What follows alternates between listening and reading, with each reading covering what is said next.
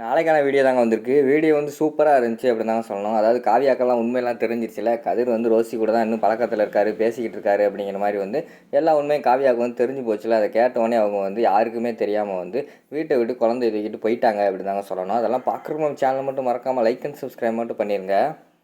First எடுத்தோன்னே அந்த கம்பெனியோட ஜேஎம்டி போஸ்டிங்க்கு யார் கொடுக்கலாம் அப்படின்னு சொல்லிட்டு எல்லாருமே பேசிக்கிட்டு இருக்கிற மாதிரி தான் காட்டிக்கிட்டு இருக்காங்க. அப்போ வந்து செந்தில் வந்து சொல்கிறாரு, அப்பா எனக்கெல்லாம் போஸ்டிங் வேண்டாம்ப்பா, பேசாமல் வெற்றிக்கு அந்த போஸ்டிங்கை கொடுத்துருங்கப்பா அப்படிங்கிற மாதிரி சொல்கிறாங்க. இருடா எனக்கு தெரியும்டா யாருக்கு கொடுக்கணும் யாருக்கு கொடுக்கக்கூடாதுன்னு சொல்லிட்டு ராமச்சந்திரன் வந்து கடைசியில் சொல்கிறாரு, ஏய் செந்தில் எனக்கு அப்புறம் விவேகமும் வீரமும் ஒன்றை தாண்டா இருக்குது, அதனால் இந்த போஸ்டிங் வந்து உனக்கு தாண்டா வரணும் அப்படிங்கிற மாதிரி சொல்கிறாங்க. உடனே நம்ம ஹேமாவுக்கு வந்து டென்ஷன் ஆகிடுது. என்னம்மா நினச்சிக்கிட்டு இருக்கீங்க, எந்த போஸ்டிங்னாலும் இவரோட தம்பிக்கு தான் கொடுக்குறீங்க, இல்லைன்னா இவரோட அண்ணன் இவர் கொடுத்துருக்கேன், ஏன் என் ஹஸ்பண்டுக்கெல்லாம் கொடுக்க மாட்டீங்களா அப்படிங்கிற மாதிரி கேட்க ஆரம்பிச்சிடுறாங்க. உடனே ஜெயா வந்து கோவப்படுறாங்க, ஏய் ஹேமா என்ன வாய்ஸ் எல்லாம் ஓவராக போய்கிட்டு இருக்கு, உனக்கு ரொம்ப வாய் தான் வந்துருச்சு, எங்களுக்கு தெரியும் யார் யாருக்கு என்னென்ன போஸ்டிங் எப்பப்போ கொடுக்கணும், சரியா, அதெல்லாம் நீ கேட்கக்கூடாது, அமைதியாரு அப்படிங்கிற மாதிரி சொல்கிறாங்க. எங்கே அத்தை நானும் இப்போ தான் கொடுப்பீங்க அப்போ கொடுப்பீங்கன்னு சொல்லிட்டு பொறுமையாக இருந்து பார்க்கேன். எங்கள் ஹஸ்பண்டுக்கு வந்து நீங்கள் வந்து எந்த போஸ்டிங் கொடுக்குற மாதிரி தெரில, ஏதாவது போஸ்டிங் வந்தால் அவரோட தம்பிக்கு தூக்கி கொடுத்துட்றீங்க, இப்போ கூட பார்த்தீங்கன்னா இவருக்கு வர வேண்டிய போஸ்டிங்கை அவங்க அண்ணனுக்கு கொடுக்குறீங்க, என்ன நினச்சிக்கிட்டு இருக்கீங்க அப்படிங்கிற மாதிரி கேட்டுக்கிட்டு இருக்காங்க. வேறு ராமச்சந்திரன் சொல்கிறாரு, அம்மாடி ஏமா இப்போ டென்ஷன் ஆகிற, ஃபஸ்ட்டு வந்து வெற்றி வந்து எனக்கு பையன், அதுக்கு அடுத்து தான் உனக்கு வந்து ஹஸ்பண்டு, அதனால் சரியா நாங்கள் ஒன்றும் அவனை கைவிட மாட்டோம், யார் யாருக்கு எப்போ என்னென்ன செய்யணும் எங்களுக்கு தெரியும், அதெல்லாம் கரெக்டாக செய்வோம்மா, யாரும் குறை வைக்க மாட்டோம் அப்படிங்கிற மாதிரி சொல்லிகிட்டு இருக்கிற மாதிரி காட்டிக்கிட்டு இருக்காங்க. உடனே வந்து ஹேமா வந்து அமைதியாக இருக்கிற மாதிரி காட்டுறாங்க.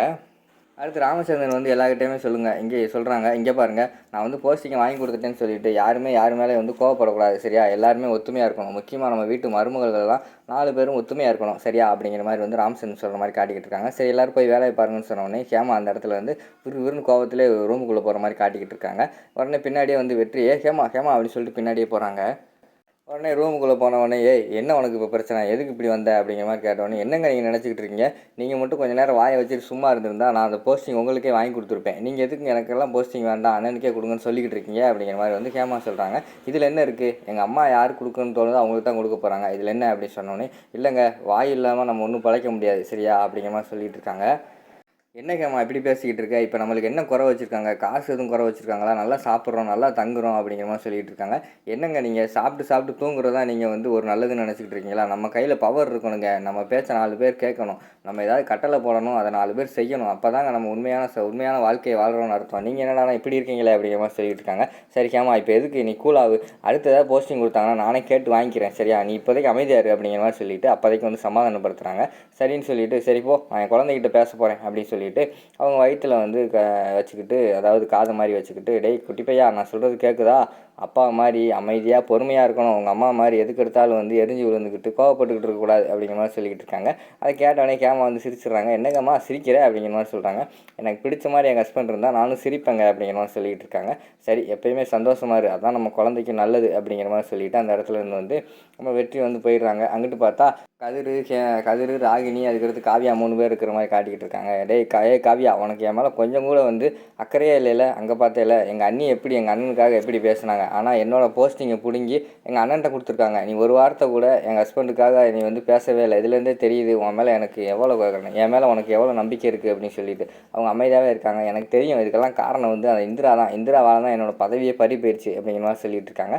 உடனே வந்து காவியா வந்து சொல்கிறாங்க, என்னங்க எதுக்கு எடுத்தாலும் இந்திராவே சொல்லிக்கிட்டு இருக்கீங்க, இந்திரா அவங்க என்ன பண்ணா, அவள் பாட்டில் வேலையை பார்க்க போயிட்டான், நீங்கள் உங்கள் சேட்டையை பண்ணிட்டு வந்துட்டு உங்கள் பதவியை பறி கொடுத்துட்டு இப்போ அனாதையாக இருக்கீங்க, அதுக்கு போயிட்டு இந்திராவை சொல்லிக்கிட்டு இருக்கீங்க அப்படிங்கிற மாதிரி சொல்கிறாங்க.